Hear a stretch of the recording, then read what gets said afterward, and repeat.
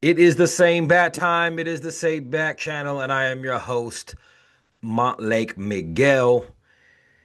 You guys, it's been a crazy weekend, and this is Mondays on Montlake, and you are finally back here to talk about what's kind of going on with this recruiting. Now, see, everybody can give you a recruiting update. Everybody can read off commitments and tell you about the crystal balls because those all do matter. But what I want to talk about today is what do the recruiting wins, the crystal balls, all this tell us about where Jedd Fisch is taking this program? Because you guys, I think the blueprint is starting to unveil itself, and I think it has been over the last couple of years. When you're looking at what Jedd Fisch has done so far, I think the blueprint is built around basically offensive line depth, a lot of defensive versatility, and I think you could say the same thing about depth at the defensive line as well. Player development and getting this roster to look like a Big Ten roster because this isn't the Pac 12 anymore, and you got to play a different kind of ball to win here. So, as we get into this episode, the first thing we're going to get into is the last real big commitment that hit, and that was Jaden Watt Green. Now, when Kevin Cacabelos was on here a couple weeks ago, he kind of talked about Jaden, and I felt like he'd already been kind of a big name in recruiting, but I felt that was right before it really got big with him. Gavin Williams hadn't committed to USC yet, and so after that, I felt like the staff and Taylor Mays and Ryan Walters really focused on Jaden Watt Green, and they got the commitment from him. He's a 4-star, 3-star, depending on what service you pay attention to. But he's 5'11", 6 foot. He's 185 pounds, and he's committed to Washington. I mean, what kind of stands out is the production. He had 125 tackles and 10 picks. 5 went for touchdowns last year. That's like that's not something that you just gloss over. It's a those are important numbers, and I think that just like normal, as soon as UW starts to get on the recruiting trail for these guys, the other big schools start noticing. So for him to get in the boat is big. He's also going to play baseball apparently, which that's dope. I saw the picture, his commitment picture with him in the baseball uni. I like that. Um, I think he has a ton of versatility as a player. He's kind of in that Rylan Dillard Allen mold as far as size goes, but I think he's going to be able to do a lot. I mean, we see him as the post safety, I think is where like most people are logically thinking he's going to end up. But his versatility is going to allow him to move into the nickel role. And because he likes to hit, I could see him even coming up and playing some of that box safety. Like we've said, Ryan Walters likes versatility, and this guy has got a high IQ. He can tackle, he can cover. He's good at disguising the coverages. Um, and that's kind of like the big story on this kid. But I think bigger than even that is that Washington's building is quietly building one of the most versatile and deep safety rooms in the Big Ten. And I don't think teams are going to recognize it till we come up and bite them. It's going to be huge. Now, staying into that secondary room, we just received a crystal ball for cornerback Censere Gaylord. He's a 6 foot, 180 pound corner at IMG Academy. There's a couple crystal balls that have him trending towards Washington. Um, if we can get him in the boat, which it seems like that's what's going to happen, it adds to the whole DBU repertoire that we have. He's got smooth hips. He's a natural cover corner, high football IQ. He had 4 interceptions in only 9 games. Um, and I think you're seeing Ryan Walters, John Richardson, and Taylor Mays build this really, really strong cornerback room with a lot of young talent and guys that can play all over the place. Even though I think Gaylord's going to be primarily a corner, but he can play safety. You're going to see, I mean, you're starting to see it with all these young players, and they're going to be pushing for time as soon as they get in here. And with the young players getting opportunity, they're going to develop and they're going to be good and better young. And I think that's a big part of the recruiting pitch that they're out there selling to these players. And I think you're starting to see them realize that if you want to play early, you're going to get a shot if you're that good here at Washington. Now, as we've looked at the DB rooms and we've seen what the secondary is doing, and I think that right now that's been the real that's been one of the real hot parts of the recruiting trail for Washington. But this past weekend we had a bunch of offensive linemen come in, and we're just talking about like in the past couple of weeks how the Michigan game, the Ohio State game, those games, and even the Oregon game showed that the offensive line needing depth and needing big bodies and guys that can really play in the on the roster is important. And I think the coaching staff and specifically Switzer are starting to realize that, hey, this is what we're doing, and they're starting to do something about it. Now, there's a bunch of rumors flying around that we got a few of these guys in the boat already. I don't know any of that for sure because I'm not a recruiting insider. I have a bunch of the friends of my friends that are, but these are what I'm thinking as I'm watching this. Now, the first guy that I want to talk about is going to be Rashaun Lavata'i. According to 247, he's 6 foot 6.5, only 265, 275 pounds. So there's uh, a lot of room left on that frame to build on. Now he's an interior guy. He's a by he's a 3 star and a 4 star depending on what recruiting service you use. According to 247, he's a 4 star composite 3 star 247. So he is a big time recruit. But he's one of those guys that he's a major in-state target, and it's a big part of putting the perimeter fence around the state. And so we need to get a guy like this in the boat and, having him show that, hey, we're keeping the talent in Washington. Now you also have Gecova Doyal. I don't know if I'm saying that right. Interior offensive lineman from Puyallup. It sounds like we're in a battle with Oregon right now for his services. And, when I'm looking at him, he's about 6'3", 270. So he's just like the previous player. He's a little bit undersized, but there's a lot of room on his frame to add weight. And, he's in that same kind of mold where he's a 3 or 4 star guy, depending on what service you're looking at. But he's also another local kid. And it's very, very important that we're keeping that fence around the guys that are here.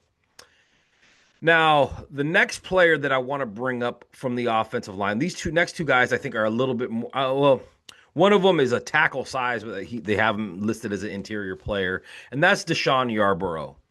Now, DaJohn Yarborough is massive. He is 6'5", 340 pounds.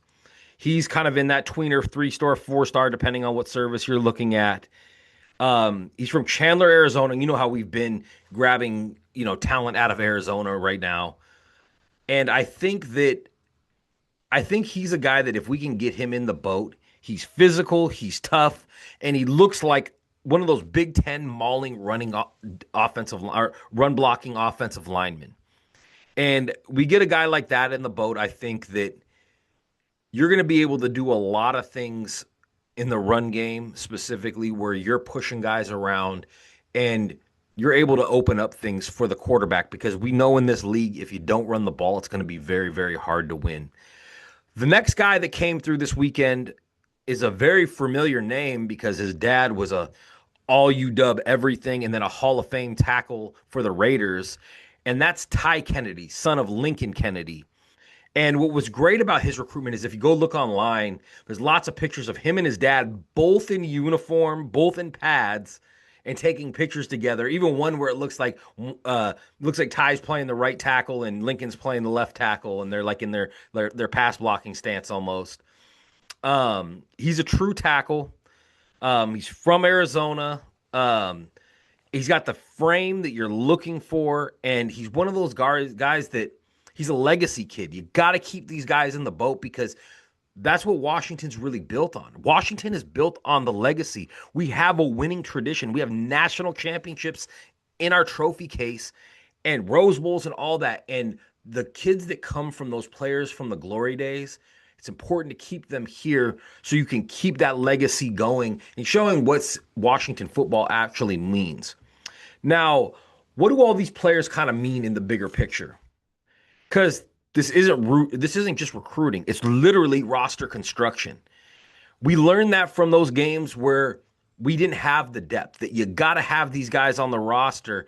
In a perfect world, they're not going to play early. But some of these guys, especially a guy like Yarborough, are built already like a Big Ten offensive lineman. I felt the same way about Champ Talea last year. And so if he does get forced onto the field, he's a guy that at least big enough to play. Whether he can play with these guys is yet to be seen. But he just finished his junior year. He still got his whole senior year, just like the rest of these guys, to put on weight and come into camp next year and be them guys. So if we can get one, two, or maybe all three of these guys in the boat, I think it works out great. Lincoln Meggio is a guy that I actually really liked. It doesn't sound like we're gonna get him. It sounds like he might end up at Michigan. And some of these recruiting battles we're gonna lose. But if we can pull those three guys, I think you start seeing, or at least two of those three guys, I think you start really seeing this offensive line where, like we'd said before, we're at a point this year where we have 7 starting quality offensive linemen and 9 or 10 that actually have Big Ten playing experience under their belts. You're going to add to that number. You're going to have 10 starting quality guys. You're going to have 2 offensive lines that could play in this league at some level. I think that's going to be important because, like we saw last year, when your starters go down, there has to be guys ready to fill those roles. Now, as we move on to the next phase, and kind of how I'm going to finish this up, last week I really talked a lot about development, and I think that's the big story here. We're not just talking about recruiting because there's a lot of teams that go out there and recruit players that end up doing nothing. I don't think it's recruiting that players are choosing Washington for. I don't think it's just NIL. I don't think it's just facilities. I think it's development. I think they're seeing what happens to players that come through our program and how we put guys in the NFL. And I think it's kind of if you notice, a lot of the players that we get are right around that 4-star blue chip guy. They're maybe not unanimous 4-star blue chip guys, but they're guys that are in some of the recruiting services at that 4-star level, maybe just borderlining in the other recruiting services. And I feel like this has worked out really good for Jedd Fisch because we get a lot of high-end talent that has just gone under recruited. And so when they get here, like a Joe Tryon, I believe Joe Tryon was only a 3-star guy, but he got here, got developed, and ended up being a top 10, top 15 NFL pick. That's what we do here at Washington, and I think players are seeing that. They see Damon Williams, who got early playing time and was able to get on the field. They're seeing that with guys like Gavin Day and Cody Green, who are going to get on the field as true freshmen. Rylan Dillard-Allen did it last year. I think expecting to compete immediately, Washington's pitch is becoming, if you're good enough, you'll play. That matters, especially in this NIL era, where if we're going to give these guys money, we expect them to be on the field. I know that Washington is still in the mix for Osani Gales, the 5'11", 185-pound athlete, who I think he's going to end up playing wide receiver. He's a big-time 4-star, like high 4-star guy. I hope he comes here. But I think these other players are a little bit more of a need for what we need right now. And I think we have 4 receivers in the boat already that I like all 4 of them. And I think they are a complete wide receiving unit as the 4 of them, as far as meeting the needs for the skill sets that you need for Jedd Fisch's offense. They're pretty different as far as all 4 of them goes. There's definitely some overlap in skill and talent, but I think if you were to put all 4 of those guys out on the field as juniors or sophomores, they're going to be guys that can really, really play and all complement each other as opposed to taking things away from each other. Now, to close, when I look at Jaden Watt Green, when I look at guys that are the crystal ball like Gaylord or Lavata'i, Doyal, Yarborough, Kennedy, I don't just see recruits. I see that blueprint. The secondary is getting deeper. The offensive line is getting deeper. The roster as a whole is just getting deeper. And they're also getting younger. And as the staff is building around the exact problems that showed up in the big games last year, the recruiting story isn't who Washington landed. The recruiting story is is who Washington and what Washington is trying to become. I think the picture is pretty clear, honestly. I think they're building a Big Ten roster in the mold of what Big Ten rosters have been.